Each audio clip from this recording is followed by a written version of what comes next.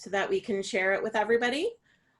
So Laura, first question, what kind of food should we be including on a daily basis to help our athletes stay healthy? So obviously, you know, we're going to want to have a little bit of variety. Nobody's going to want to eat the same thing every single day, but you know, some ideas for things that we should be including maybe generally and also kind of specifically. Sure, great question. Yeah, because what you're eating every day matters too. You're building up those micronutrients in your body. And for athletes, you don't want to become deficient in certain things like iron or calcium or magnesium that are going to impact how you feel and your energy when you're out trying to perform at your best. So balance is key, which means really everything can fit into your diet, but it should be a bit of protein, a bit of carb, some healthy fat at most meals. So you don't want a meal just to sit down to a plate of pasta that's all carbohydrates. You know, you'll feel that kind of sugar dip, just like with something sweet a couple hours later where your energy is really crashing. But balancing, you need those carbs. That's your body's major source for energy, but balancing that with some carbs. So if you're having a big pasta meal, having it with a piece of, you know, some grilled chicken or some meatballs, any kind of, you know, tacos, like kid-friendly foods can work really well. You can mix in, you know, any kind of like shrimp, ground turkey, beef, pork. If you are not a meat-eating family, then you want to pay attention to getting your protein from lentils, beans, tofu, tempeh, stir fries, or any kind of noodle dish with some protein added and some fun sauces or vegetables. The more colorful your plate, the better. So try to make sure there's some green vegetable every day. That's one of the best places to get all of, you know, kind of check off lots and lots of those nutrients that your body's looking for.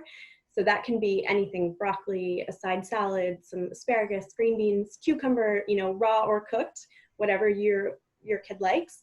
I have one child that will only eat cooked vegetables and one that prefers everything raw. So we try to make sure we have both at every meal. And have them try something new, but always have something that they do enjoy and will happily eat, so that it's not a battle. And so again, that can be, you know, it can be as simple as grilling some salmon or marinating some chicken and it's baked potato or roasted potato for carbs. It could be rice on the side. It can be very simple meals, but things that you know your kids will eat and that give them both the protein and the carbs. And then getting in some good healthy fats. So you don't want a fat-free diet like people thought in the 90s, where everything went kind of low fat, no fat yogurt, no fat, you know, everything. So in the chat box, I'd love you to just throw out what are some healthy fats that you can think of that you should try to incorporate into your day. And for athletes, those healthy fats are important because they're another steady backup energy source. So your body will go to the carbs first, but it's also going to pull from your healthy fats for additional energy as kind of a backup. And no one's brave enough to throw some out. I'll fill you in. So really the plant-based fats, nuts, peanut butter, almond butter, adding avocado or guacamole if you prefer that over plain avocado, that's great. Olives, using some olive oil in your marinades or salad dressings. And yeah, any kind of nut seeds. Those are all great sources. Try to get 2 of those every day too. So I have a couple of questions that I thought of while you were talking about that. One is, you're talking about cooked versus raw vegetables. Is there one that's healthier? Like, is there, you know, one that's, you know, preferable, you know, just cooking, remove any of the nutrients? And then also I'm wondering about like canned and frozen vegetables. Like, is there like kind of a hierarchy of, you know, preferability maybe? Yes, definitely. Well, so for raw versus cooked, there's a little bit that you can lose in cooking, but they're pretty similar unless you're really over cooking and ending up with some mushy vegetables. But you can get a lot of great nutrients, whether it's steamed or stir fried or roasted, or grilled. You know, there's different flavors you can pull out the way that you cook it. Those are all great. In terms of canned versus frozen, there is kind of a hierarchy. So frozen is excellent because they're typically super fresh, even sometimes more than the fresh produce you can get at the store, because they didn't have to be packaged and transported on a truck for 4 days, and then they're sitting in the store another 2 days. They're quickly blanched and frozen so that they're at peak freshness, and a lot of those nutrients stay preserved, where a can goes through quite a bit more processing to boil it, to make it safe so that it's shelf stable, and then you do lose a lot more nutrition, and it's typically you lose some flavor too, or it's higher in sodium.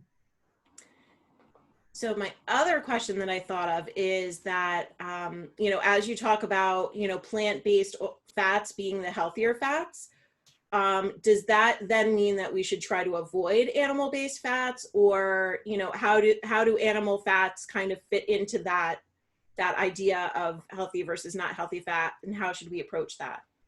Great, yeah. You can definitely include some animal fat too, and naturally occurring animal fat. So if you can have, steak has some fat in it, salmon has a lot of great healthy fat in it too.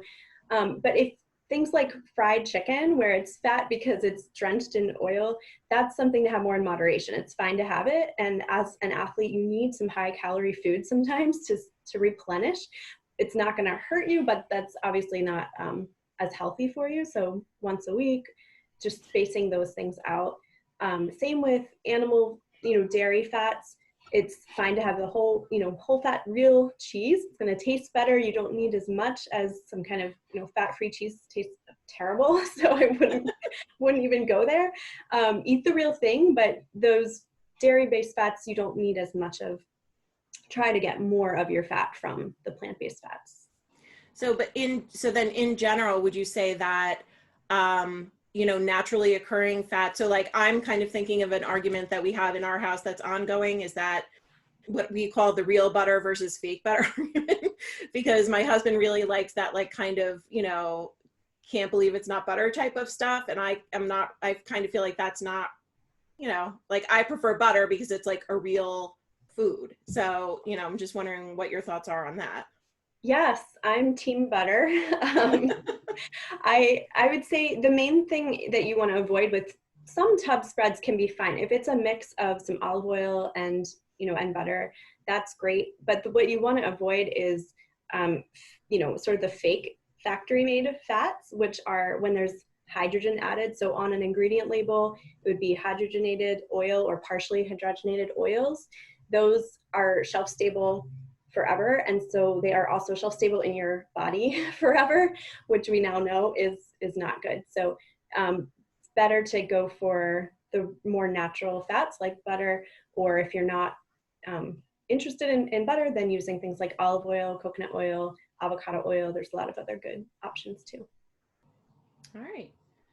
So is there anything else that we should be avoiding in our diet besides right? hydrogenated fats? Hydrogenated fats are a good one. And in general, emphasizing more things that you can identify that they came from a plant or an animal versus something that's made in a factory. It's fine and convenient to include some processed foods in your diet too, but I like to remind my kids, like, a cupcake didn't grow in that tree. It went through lots of steps to get there. So when your body's digesting that, it just doesn't recognize it in the same way. It's not able to utilize nearly as much. There's not much in there to utilize, right? There's not a whole lot of good nutrition that it's excited about. So you can definitely include that in your diet in a balanced way.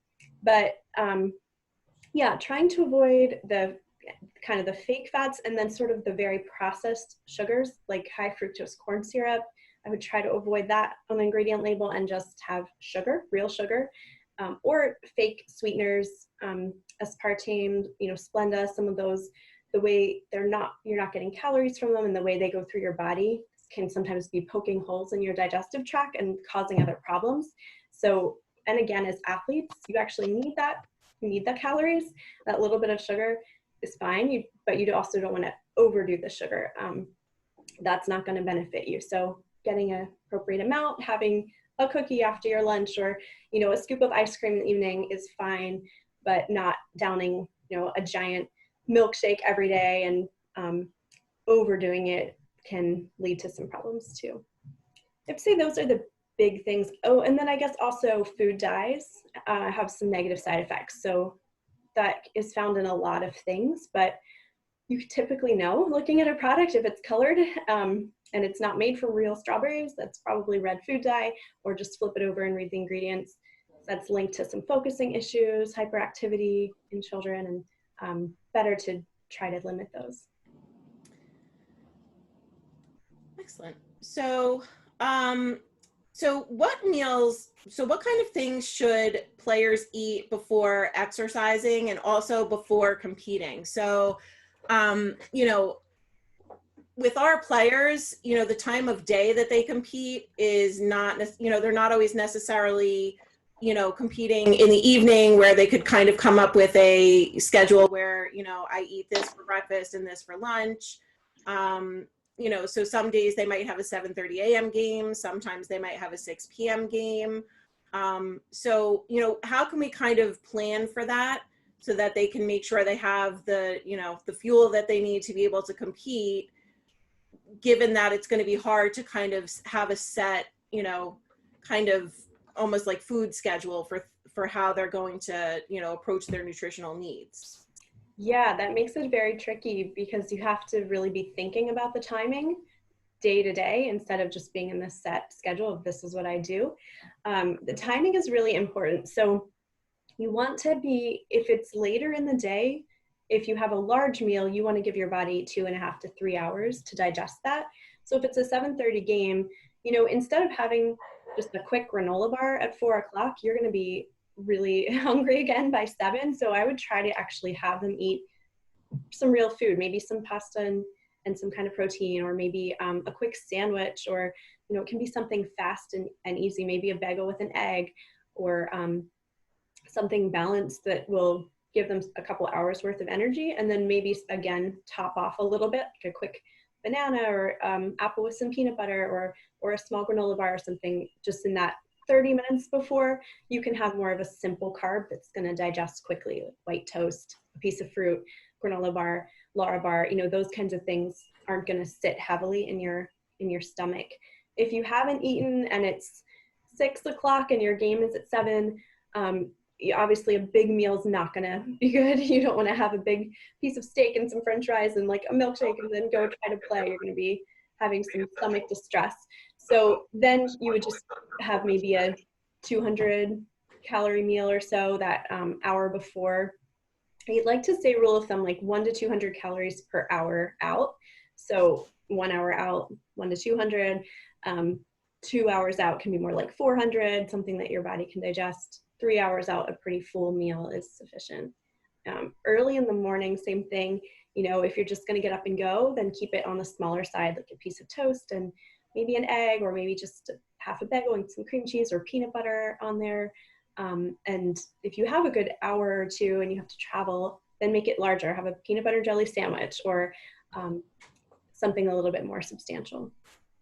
So if it's an early morning game, is there something that we should be looking to do the night before? You definitely want to make sure you've eaten carbs the day before at lunch and dinner, ideally breakfast, lunch, and dinner. So, you know, it's not the time to be low carb, which generally kids are not. They tend to enjoy carbs a lot. And that sometimes the easiest thing to get into kids is some pasta, some bread, mac and cheese, those kinds of foods, potato, sweet potato. The day before, yeah, so it doesn't have to be a huge meal that's just gonna sit heavily in your stomach, but normal portions, just making sure that about half of the plate has some carbs. And depending on your stomach, everyone's a little bit different, but you might wanna pull back on the complex carbs like beans, and focus more on those simple, you know, if you normally do whole wheat pasta, that might be a good night to just do white pasta. If you normally do brown rice, you know, switch to white rice, something that's more gentle and will digest more easily. And same with vegetables, instead of broccoli and something where, and again, everyone's different. Some kids can handle that and they're fine. Adults are probably more sensitive to this, but sticking to more plain, you know, things like carrots, green beans, those digest much more easily than a really high fiber, cruciferous broccoli, cauliflower, cabbage. Those can cause you to feel a little more upset in your stomach. And then what about proteins for the night before? How would you approach that? Yeah, I would definitely still have a protein in there. So it could be whatever you like. Could be a side of, some chicken or um, ground beef or a piece of fish. Anything like that is great. That's you want both because protein is more sustaining long-term energy that keeps you really satisfied. And of course, it's supporting your muscles. It's giving you that both pre-workout but then post-workout too. That's going to help with your recovery and keep you feeling really strong and steady energy instead of feeling like you're all over the place where you're starving and then all of a sudden, every parent has had just seen their kids sort of melt down those tantrums, which a lot of times can be linked to a too high carb or too high sugar meal or not eating within the last couple of hours. So making sure there's protein and healthy fats is a great way to keep that steady blood sugar so they're also happier and just more emotionally stable and feeling in control instead of just feeling these wild swings of emotion and blood sugar swings. So for you as an athlete, can you give us an idea of what you would eat, when you're getting ready to compete? I mean, I know that you're more of an endurance athlete, but, just kind of as a general, like what specifically a meal plan would look like for you when you're getting ready to compete. Sure. Yes. So I am mostly when I race, it's running. So half marathons or marathons. And I will typically the day before switch to more plain carbs. So I might have just making sure that I have maybe a bagel with breakfast to boost carbs or oatmeal that far out can be fine too. A wrap or some kind of sandwich maybe at lunch, something simple. And dinner usually will be either rice. Often I'll switch to white rice instead of brown, and maybe salmon or chicken, and make some simple vegetable, green beans, mushrooms, eggplant, peppers. Those are all usually great too. Or it might be pasta and some chicken, something like that. The morning of, I like to do what works well for me is if it's a longer distance, I'll do full bagel and peanut butter and banana. If it's a shorter, then maybe a half bagel, peanut butter, and banana. That's my kind of my favorite combo because the peanut butter gives you more staying power with a bit of protein and fat versus just plain bagel, plain banana, and sports drink or something. So getting a little bit of protein or fat will kind of, again, just keep your blood sugar more steady and stick with you a lot longer so you're not feeling like you ran out of your fuel partway through. So do you think, I mean, is there any need to pay attention to calorie intake, or is that more, as a child or even as an adult athlete, is it more just kind of eat until you're full, make sure you're maintaining body weight, or, is it useful to kind of think about the metrics, I guess, of what you're eating in terms of how much protein, how much fat, how many calories, that kind of thing? Yeah, well, for youth, I would say you don't need to be too concerned with the calorie count. Really, listening to your hunger cues, and youth tend to be more in touch with hunger and fullness cues than adults are. We start to kind of lose it and feel like we just want to eat whenever. We may be hungry, we may not be hungry. But listening to your body on that, if you find that you or your child are not very hungry in the morning, then you may have to kind of just eat it because you need it versus listening to your appetite that's telling you don't want anything. But you do want to make sure most of it in the morning is carb because that's digested most easily. Fat and proteins are going to sit in your stomach much longer, and which is great when you're trying to stay full. But once you start working out really hard, your body turns all that blood flow away from going to your stomach where it's digesting, and it's putting as much effort as it can into your muscles, getting blood flow, oxygen to your muscles. So you're performing really well. So if you still have this undigested, if like you're not going to wake up and eat a steak before you go, right? That's just going to sit so heavily in your gut. And so if there's still it's sort of this undigested, heavy fat protein, you feel that when you're trying to get your power and your speed. You want to feel light on your feet. You want to feel strong. You want to feel like you have the energy to go. So morning up definitely is mostly simple carb is the primary component. It doesn't have to be measured out necessarily. I guess the only time I would say measuring it out is helpful is in terms of that timing. If it's 30 minutes to go, make sure it's a lighter calorie, 100, 200 calories, and you're not consuming this huge bagel with cream cheese and then expecting your body to perform 30 minutes later. And if players are there any supplements you would recommend? Like if players are having trouble with weight maintenance, because at this age, some of the players, they just burn so much that it's hard for them to really kind of keep weight on. Is there anything that you would recommend for that?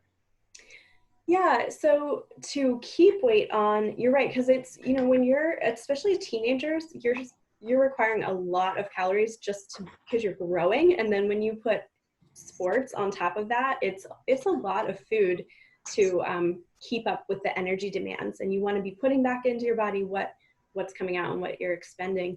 One great way to do that is liquid nutrition. So immediately after your workout, having it's okay to supplement with like a protein powder, which you do want to be careful. They can be contaminated with heavy metals, and companies don't know that. A lot of companies don't test. They're not tested by the FDA. So it's definitely something to kind of do a little research, make sure it's a cleaner brand. Whey in particular tends to be cleaner because for whatever reason, plant-based proteins seem to soak up the heavy metals more easily, and whey did not. In one research test I read that tested over 130 brands. So that might be a safer bet, just to stick with a whey protein. Something like that immediately after the workout is a good way to get some recovery in, and you're getting some calories in. Or I know we were talking briefly beforehand, like chocolate milk, something like that. Also, just the liquids can increase what you're getting. Adding peanut butter to things, healthy fats. If you're doing a smoothie and you don't want to do protein powder, you can do full fat Greek yogurt. You could put some avocado in, maybe some berries, sweeten it up with banana, something like that. And not encouraging snacks. I mean, you want meals to be the main source, but it's good to have an afternoon snack, and then even before bed, kind of topping off your stores. So encouraging them to eat before bed another small, piece of toast with peanut butter, or a yogurt with some cereal or something like that. So discourage grazing. I would discourage grazing because you don't want them to get to a meal and suddenly have no appetite. So I don't generally let my kids snack between breakfast and lunch because they hardly eat their lunch. But again, teenagers are different. They can probably eat mid-morning and still eat a large lunch. So just keep an eye on that. If you find that lunch, that real meal food intake is dropping, then cut back on the snacking and really focus it on the places where they're getting the most bang for their buck, the most nutrition.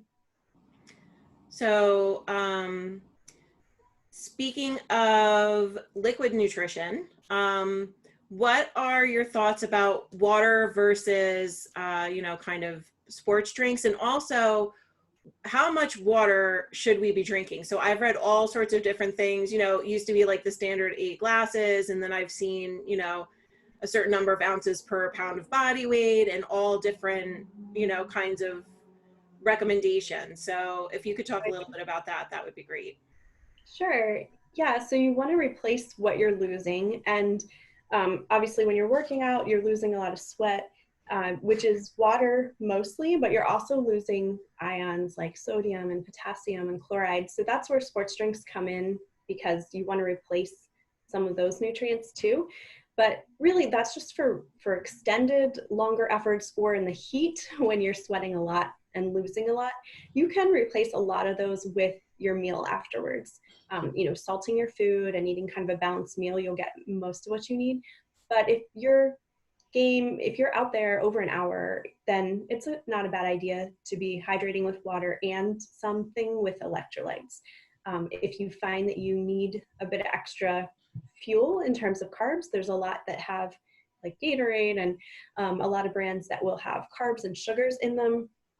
Or if you really just need kind of the electrolytes and water, there's some that use more stevia or less sugar content, so you're getting the electrolytes without also getting this extra fuel and glucose. Day-to-day water intake matters because it's not something you can suddenly fake it and drink 2 liters the night before and be hydrated. You need to be drinking 3 to 4 days before an event. And if you're practicing on a regular basis and have games on a regular basis, then that's every day. It's really important. And when it matters because when you're dehydrated, your performance drops. Your muscles can't respond as quickly. Your endurance drops. You're not going to feel as strong. So that's just an easy thing you can do to make sure that you're performing at your best.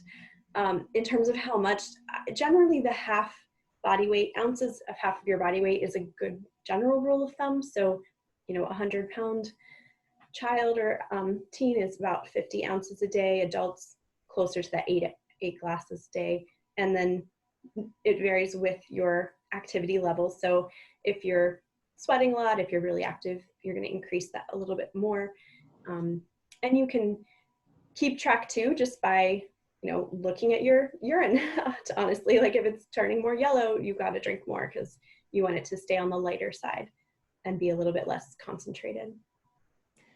So to make sure I understand, so you're saying that while they're competing, so like during a game, they should have a sports drink on the bench with them or water? Definitely water.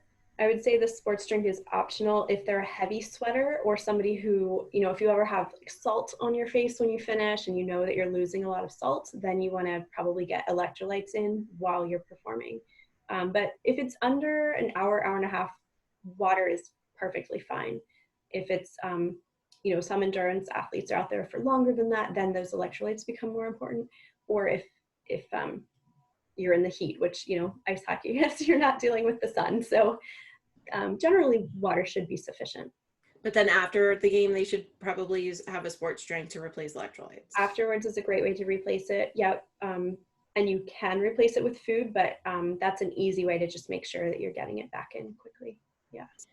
So do you have a recommendation for how much water they should aim to be drinking during the time that they're competing? So, I mean, this might not be a question that you can answer. It might depend on a lot of factors, but just kind of, you know, what I'm thinking about is, you know, when coaches are running a high intensity practice and they take frequent water breaks, you know, is there, you know, should you send your child onto the bench with a water bottle that has X amount of water on it with the expectation that they're going to finish that during, say, an hour and a half game? Yeah. Over an hour and a half game, I would say you're going to finish 16 ounces or so, but you're generally sipping as you go is better than, okay, I have a break, I'm going to down 8 ounces, you know, a whole cup all at once. Just kind of constantly sipping as you get the opportunity to throughout the 90 minutes or every 30 minutes, making sure it's about in that 4 to 8 ounce range. So half cup to a cup every half hour would be a good way to break it down. And just the consistency. So it's little by little going in and not like, oh, it's the end of the game, I'm going to now down my water bottle. Just staying on top of it and ahead of it is a way to prevent any kind of dehydration issues. So just have a sip after every shift and Yep. It's a great way to do it. Yeah. All right. So getting back to the best way to eat as an athlete, you know, we talked about what you should eat before you're competing, but what should you be eating after practicing or competing, I guess, kind of, you know, to enhance recovery and that kind of thing? Yeah. So from what I hear, ice hockey players work pretty hard. There's a lot of both speed and strength. That power component is really important. And so both protein and carbohydrates are what you want to focus on post-workout. And I know I said often protein and carbs the night before and even in the morning, but this time the protein becomes more important, carbs as well, but making sure that protein can be a little bit higher now because your muscles are depleted. So you have to first, you know, replenish your muscles so that they can repair, the protein's going to repair the tissue and make sure that you are coming back quickly so you're strong and feeling recovered. It can help even just prevent some soreness, can help prevent injury, because if you're not getting it in, your body's going to look to your tissues to get what it wants, the protein and the glycogen, and you don't want to break down any muscles, so you want to give it everything it needs. So those two main things are protein, and then the glycogen stores are depleted as well, and that's the carbs. So protein, like I said, can be higher. This is where a protein, you know, drink can be helpful, or something like chocolate milk, where you're getting both protein and carbs in if you can't eat a meal quickly. And if you have to travel, you know, it could be a while. So getting something easy like that in, because if it's a hard effort, ideally you want to get something in within 30 minutes, 30 to 45 minutes. So the liquid can be helpful, or if you, can quickly have a hot meal or get food in that fast, then that's great too. So it could be, scrambled eggs and some toast, or uh, any other kind of sort of breakfast meal or burrito, or lunch if it's later in the day, or after an evening game, then maybe it's either dinner or the second half of dinner if you already kind of had dinner, but getting some of that real food in, and not like, oh, I'm starving, I'm just gonna go have an ice cream sundae or something that's not gonna, you can have that, but first get what your body's actually really looking for and craving to replenish it. You'll recover better, you'll come back stronger, and then you can go celebrate with some ice cream too, but give your body what it's really looking for. So that's making me think about, some of our older players, practices in particular, they can be pretty late. So we can have, high school age players getting off the ice at 10 o'clock, 10:30 at night. And then some of them even have a bit of a trip to get home. So there's two parts to that question. One is, what would be some kind of like, I'm thinking shelf stable. It's not what I mean. Like some things you can just have in your bag if you're not going to be able to get home to have a scrambled egg or whatever, if you have a long trip home. And then the second part of my question is, if you're getting off the ice at 10:30, should you give consideration to how what you eat is going to affect how you sleep? And what effect is that going to have on what choices you make after a late practice? Mm-hmm. Yeah, good question. So yeah, something quick and easy that you could have in your bag. Again, some of the liquid nutrition options could work, because some kind of protein that you can just quickly shake up and drink. You can add water after the game, or you could do more of a bar that has some protein in it, maybe even just something like, there's so many options, so whatever it is that you like, but there's a little bit of protein in things like Kind bars, or using Laura bar doesn't have as much, so trying out maybe a couple different protein bars. Just check labels, because sometimes they have a lot of additives and things you don't want to be getting. Or you could do some kind of quick, if you can grab, I'm thinking even like a nuts, peanut butter crackers, some kind of like peanut butter jelly sandwich that you made in advance and just have in your bag. Some people like tuna pouches that you can just then rip open and like eat with a fork. Those kinds of things that are jerky, beef jerky, turkey jerky would be a quick boost of protein, and then maybe having an apple or a banana for some carb. Those things all travel pretty well. So yeah, it takes a little bit of intention and thinking ahead and planning, but it'll really pay off. And then in terms of sleep, I would say, honestly, the workout is probably what's going to affect your sleep more than the food at that point, because your body's just still running on that adrenaline, and that can take a bit to kind of come down and settle down. But having some kind of carb protein combo before bed, generally those are foods that encourage sleep and aren't going to hurt you.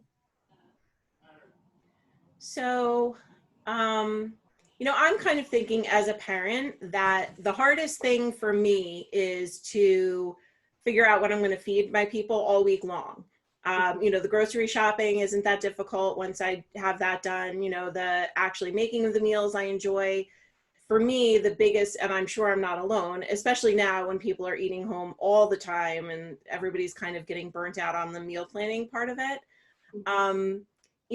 Do you have any tips or resources or, anything for, kind of making it easier to come up with, meal ideas kind of day after day after day? So, are there websites that you like?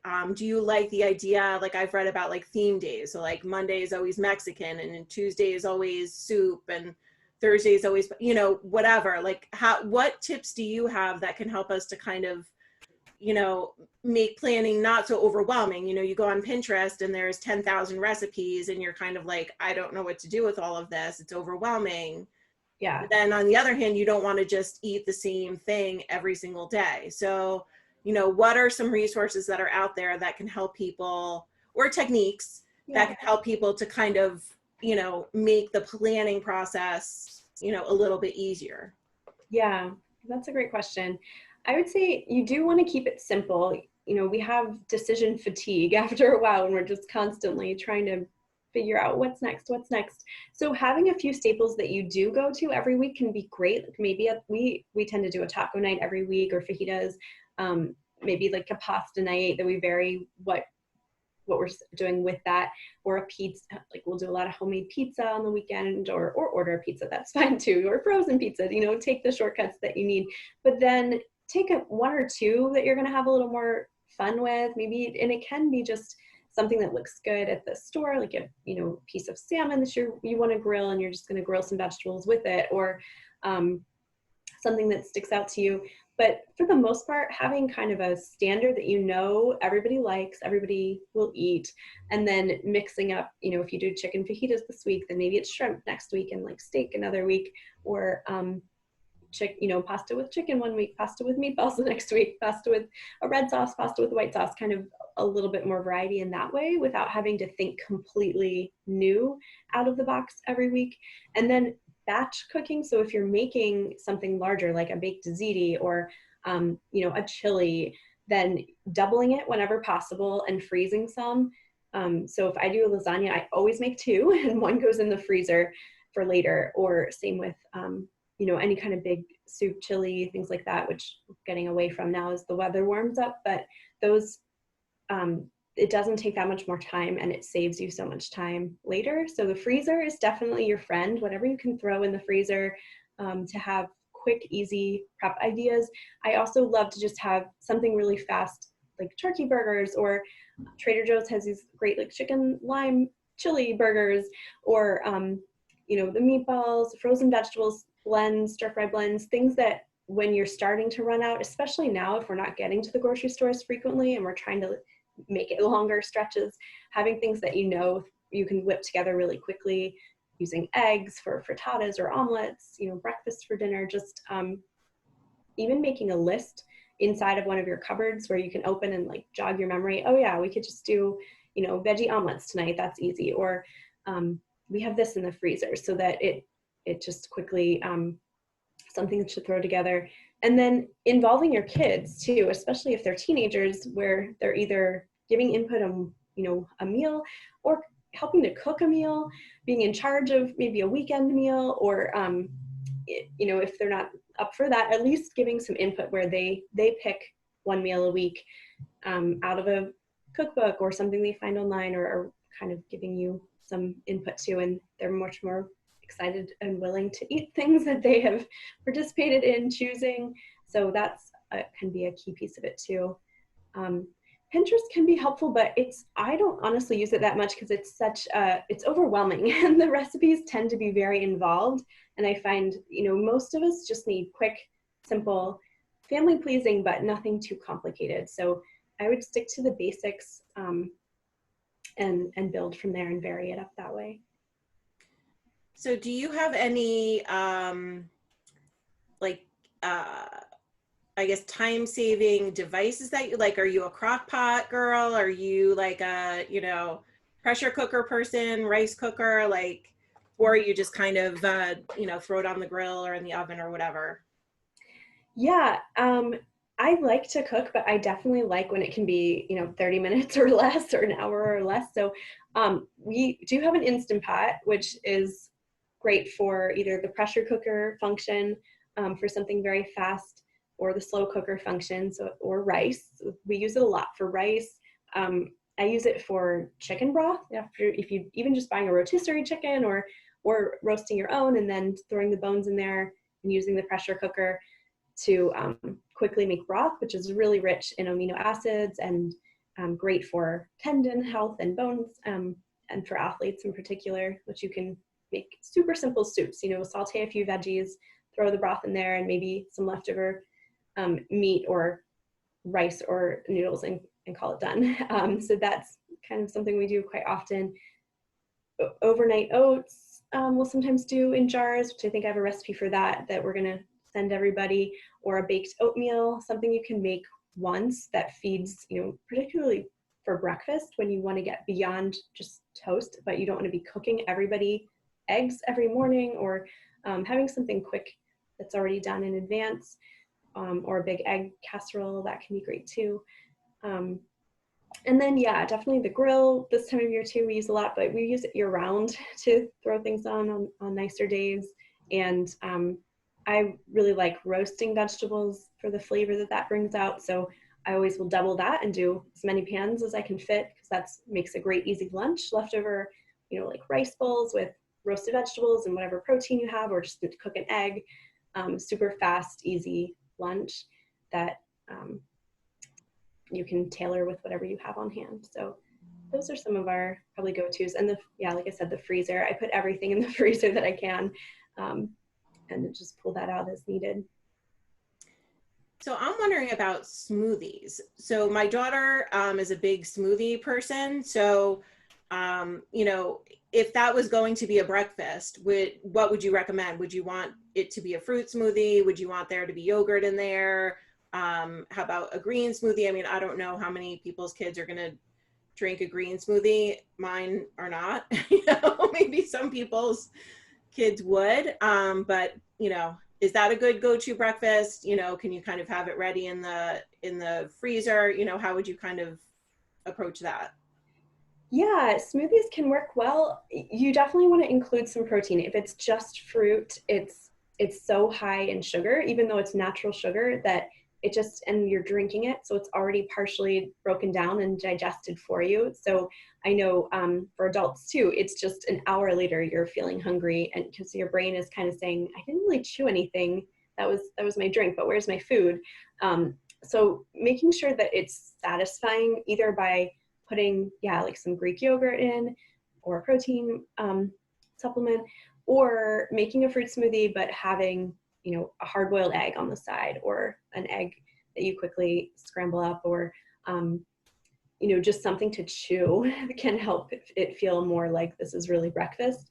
Some people feel satisfied on it, so that can be okay, but I would just make sure that it's not too high in those pineapples and mangoes and some of those really high sugars, where you're going to then experience that crash an hour later and not feel really like it's carrying you through.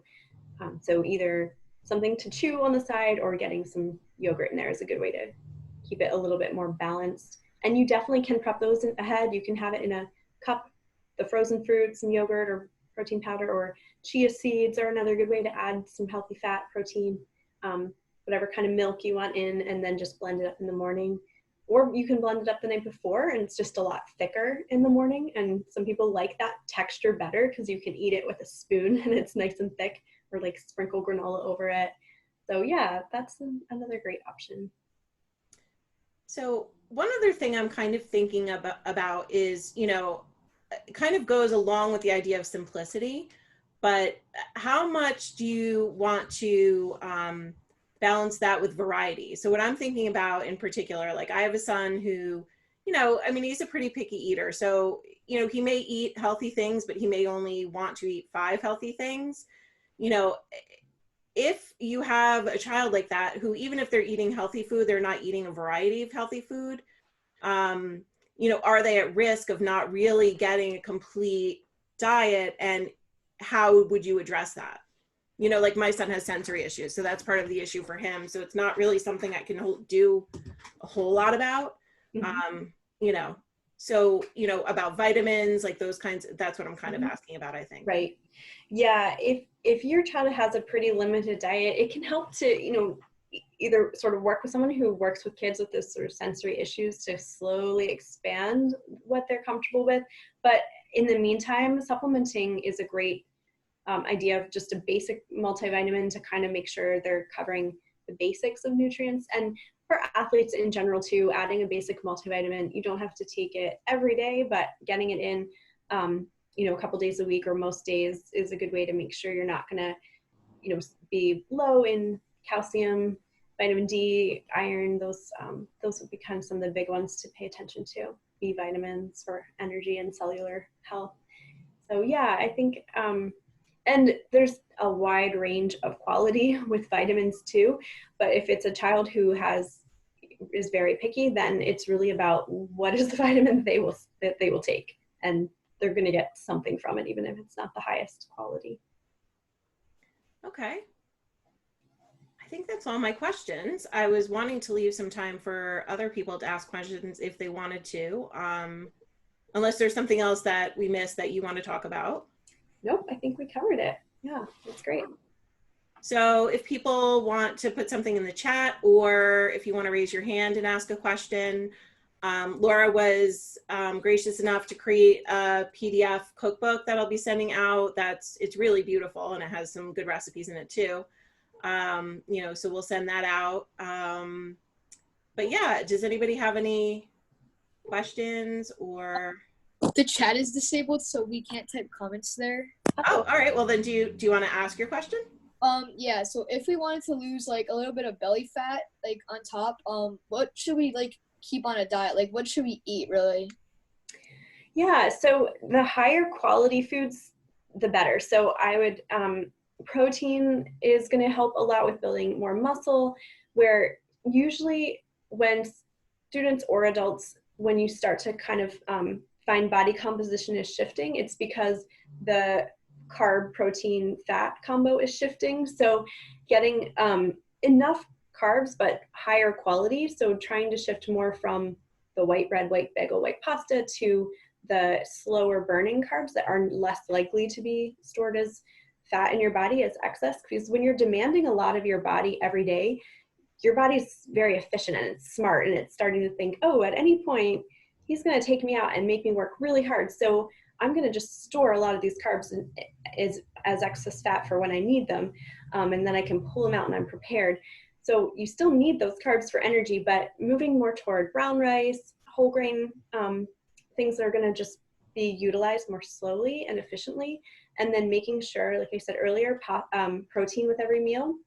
When you have a carb only meal, like just a piece of toast or a bowl of noodles, that's really sending the signal to your body of like, oh, we've got excess, we're going to store this. But when you're balancing some carbs with the chicken or a piece of meat or eggs, then it's a slower burning process and your body is able to utilize that more effectively. So I would just focus on making sure there's adequate protein. You can safely go up to 1 gram of protein per body weight. So you can figure that out. You could even use an app like MyFitnessPal just to put in a day or two and kind of see what your typical day looks like in terms of that breakdown of protein, fat, and carbs. So there's a nutrition button where you can see a pie chart and it'll show you 30% fat, 40% carb, kind of see that breakdown. You want it to be fairly balanced. Carbs should be the highest, but 40, 50, maybe 60%. And then making sure at least 20% is protein, 20 to 30% can be healthy fat. And getting just that balance, your body will shift that composition of what it's storing and it'll start utilizing everything that it needs. That's a great question. Great, thank you. You're welcome. So, you mentioned or my fitness app or my fitness pal, I forget. Are there any other apps that you recommend that have usefulness for this kind of thing? That's nutrition and meal planning and things like that. Yeah, that's my favorite in terms of just when I want to get a clearer picture of what somebody's taking in, because it has pretty much everything in there. And if there's foods you eat on a regular basis, it quickly brings them back up for you. So it's very simple. And then that nutrition button, I really like emphasizing the quality and balancing the protein, carbs, and fat versus calorie counting, which, eventually has a role, but really just the quality of what you're getting is usually the bigger component. And getting as much real food as you can, kind of making sure sugar is a smaller part of your diet and those excess foods that aren't giving you nutrition. So that's probably my favorite one. And do you think that there's value in keeping a food journal in general when you're trying to kind of, improve your diet and be more mindful about it? And, how would you go about that? Would you use the app? Would you keep an actual journal? Like, what would you recommend for that? Yeah, well, nobody wants to be tracking food for the rest of their life. So I don't, really recommend doing it on every single day. This is what you have to do. But it's great to have that information. If you want to know, what I ate and how I performed and make those connections, just in even a handwritten journal, it's great. I ate at 6 p.m., game was 7:30 p.m., stomach felt good or energy was high. Taking notes on what you ate versus a day where you feel like my body's crashing, the energy's not there, usually you can connect that back to maybe it was accidentally, very little carb that day and your body's just running on fumes. That's a great way to make those connections. Or dairy didn't sit well in my stomach. I had yogurt at 3 o'clock and I just, had an upset stomach the whole game. Dairy can be a common one right before working out. Some people can handle it great. Other people really feel nauseous or don't feel great. So yeah, it's great for getting really confident in this is what works for me. This is what my body feels really good on. This was how much, this was, how long beforehand. Some people have that iron stomach. They can eat a large meal and be fine in an hour, where other people need 3 hours.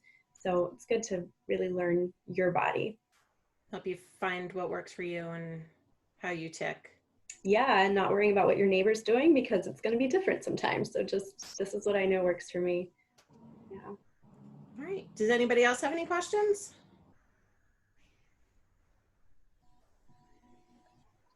I have a question. Go ahead. For some reason, I'm scared of my Instant Pot. Like, I've got one, but I've never used it.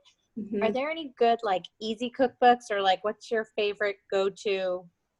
Like, why am I scared of it? Yeah, it is a little overwhelming. It does so many things. And it took me a bit to get used to okay, is it locked or is it open? Because but the basic rule is if it's pressure cooking, it's locked. If it's slow cook or a regular rice cook, it can release some steam, which makes sense, right? If you want it to be pressure cooked, it has to be sealed completely.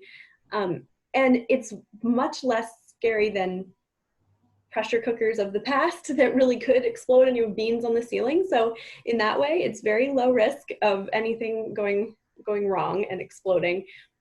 There's some great Instant Pot cookbooks now. I can't off the top of my head list them, but I can certainly send an email around. Or if you just kind of go on Amazon, even see what some of the main, bestsellers are. But I would start with the rice cooker function or slow cooker to get comfortable with it. And then the pressure cooker is really fast and easy. One tip is just to, before releasing it, I always cover it with like a wet washcloth because the steam will suddenly shoot out really fast and loud and hiss at you. So that can make it a little less scary. But once you get comfortable with it, it's a great tool. So yeah, maybe challenge yourself to use it once a week or, on the weekend, I'm going to pull it out and try something and just baby steps. Start experimenting. Right. Thank you. Sure. All right. I have a question. Is there a way to encourage your child to eat more greens?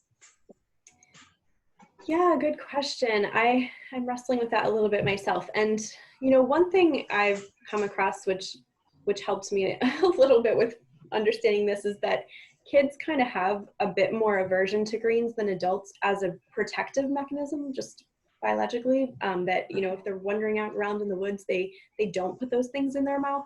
So it's normal for kids to enjoy them less, and even have a bit of aversion to greens sometimes, especially the heartier leafy greens. I would say you can hide it sometimes. So blending spinach into spaghetti sauce or into a smoothie, if there's enough darker color that doesn't turn green, a smoothie that has blueberries in, or because the flavor is very subtle with things like spinach. But you also want to let your child know sometimes that they're having it too. So, and not be sneaky all the time. Just small exposure over time, finding any green that they do like. So if it's a green bean or a cucumber, starting there and not worrying about if they're not getting the broccoli and the spinach and some of those, what we think of as really power greens, that's not always going to appeal to children, and they'll be okay. But having it on the table a lot, exposing them to it, modeling it is huge. They need to see you eating it too. And kind of, even I often will say, I didn't like this when I was a kid and it changed. My taste buds changed when I was, 12 or 15 or whatever it is. So they kind of know it's okay that I don't like this right now. There's nothing wrong with me. It's just my taste buds are always changing, and at some point I'm going to be eating these salads like mom too. So yeah, I think hiding, being open about, you know, trying it, and then just kind of being patient and knowing it'll shift, and not all kids are there, and that's okay. I have a follow-up question to that. Are you an advocate of making them try it? So, you know, our rule is kind of like, you know, if I made Brussels sprouts, you don't like Brussels sprouts, you have to eat one Brussels sprout. You have to eat one bite of asparagus. You have to, you know, whatever it is. Would you advocate for that or not?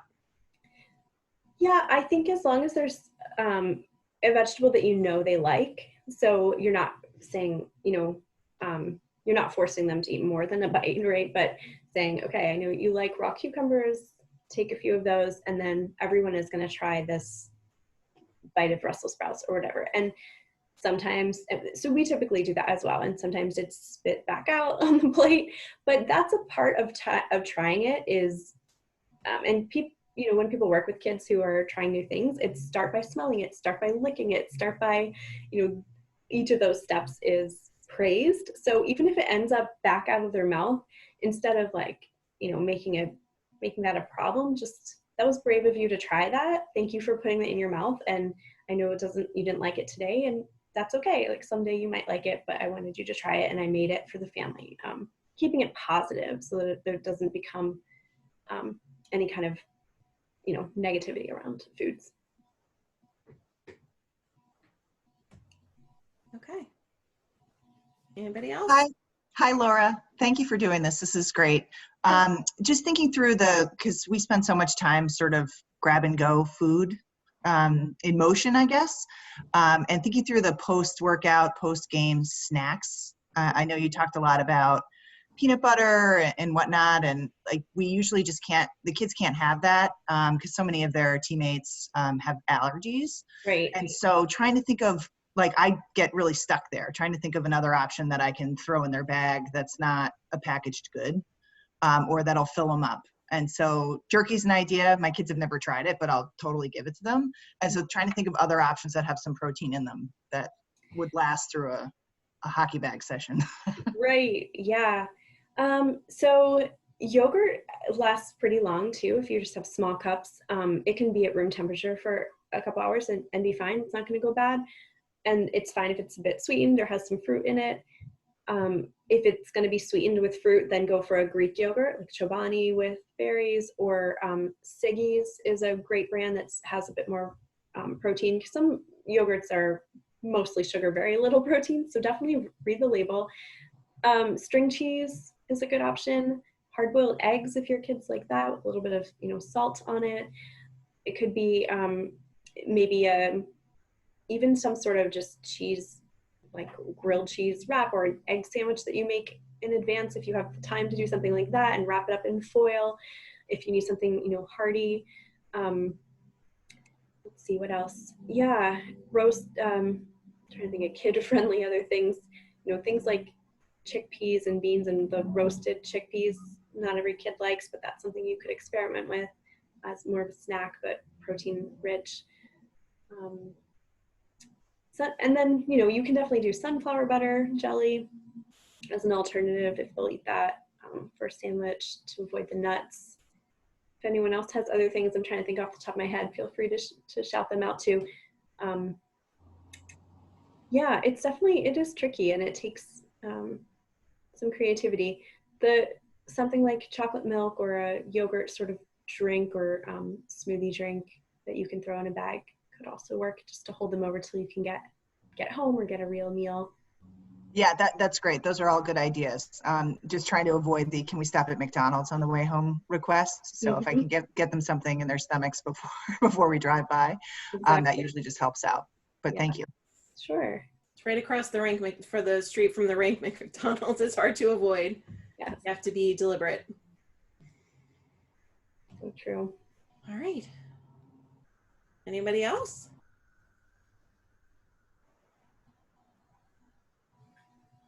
All right. Awesome. Well, thank you so much, Laura. This was great. And I will make sure I get that cookbook out to everybody. I'll email it out. And one last chance for questions, and then I think we'll wrap it up. Nope. It was fun. I'm happy to hop on and chat about this. Glad we can make it work. All right, awesome. Thank you so much, Laura and Kelly. This was great. Thank you. Thank you. Thank you. Thank you very much. Thank you. All right, have a great day. Bye. Bye, thanks.